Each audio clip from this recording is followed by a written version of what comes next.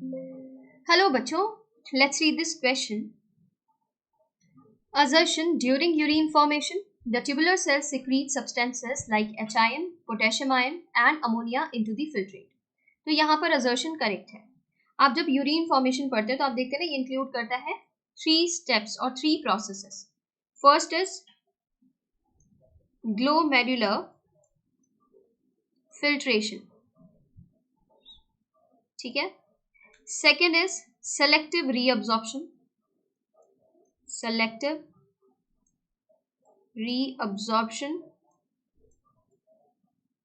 And third step is tubular secretion. ठीक है. Glomerular filtration आप जानते ही हैं. यहाँ पर फिल्ट्रेशन 3 फिल्ट्रेशन लेयर होती है जिनसे फिल्टर होते हुए फिल्ट्रेट कहाँ पहुंचता है? बॉमन्स कैप्सूल के लिमिट में. फिर ये जो ट्यूबुलर पार्ट होता है, ट्यूबुलर पार्ट और रीनल ट्यूब्यूल्स, यहाँ पर क्या होता है? सेलेक्टिव रीअब्जॉर्प्शन, एसेंशियल सब्सटेंस का रीअब्जॉर्प्शन होता है. ट्यूबुलर सिक्रीशन में आप क्या देखते हैं? ट्यूबुलर सिक्रीशन परफॉर्म किया जाता है by PCT, DCT, proximal convoluted tubule, distal convoluted tubule and collecting duct के द्वारा. कलेक्टिंग डक्ट ये परफॉर्म कर रहे हैं क्या? Tubular secretion. अब पीसीटी, प्रॉक्सिमल कॉन्वोल्यूटेड ट्यूब्यूल क्या करता है? ये मेंटेन करता है पीएच एंड आयनिक बैलेंस को. जो बॉडी फ्लूइड है उसके पीएच और आयनिक बैलेंस को करता है एक तरह से मेंटेन. और कैसे? सेलेक्टिव सिक्रीशन के हेल्प से. सेलेक्टिव सिक्रीशन किस किस का कराता है? H ion, potassium ion and ammonia. ठीक है. और अब्सॉर्ब करता है बाइकार्बोनेट को फ्रॉम द फिल्ट्रेट. तो इस तरीके से आप देख रहे हैं यहाँ पर एरो इन साइड पे लगा है. तो कहाँ जा रहा है? यहाँ क्या है? इसके अंदर फिल्ट्रेट है. तो इस फिल्ट्रेट में क्या डाल रहा है? ये H ion, potassium ion, ammonia को डाल रहा है. फिर डीसीटी में आप देख रहे हैं. ठीक है. डीसीटी में क्या देख रहे हैं? डीसीटी में हाइड्रोजन आयन, पोटेशियम आयन, ठीक है, इनको क्या कर रहा है?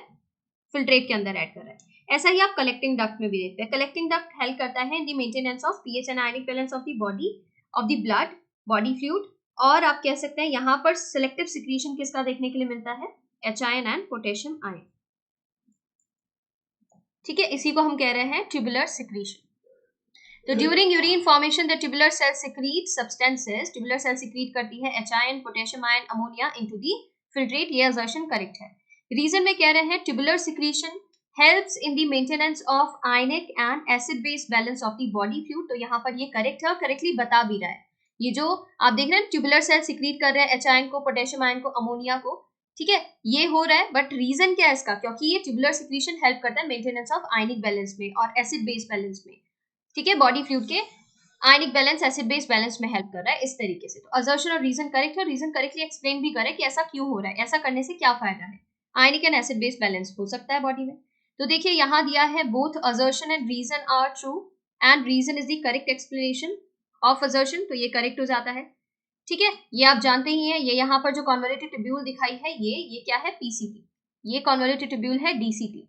और ये आपका है कलेक्टिंग डक्ट, ये जो कॉर्टेक्स से मेडुला की तरफ एक्सटेंड कर रहा है.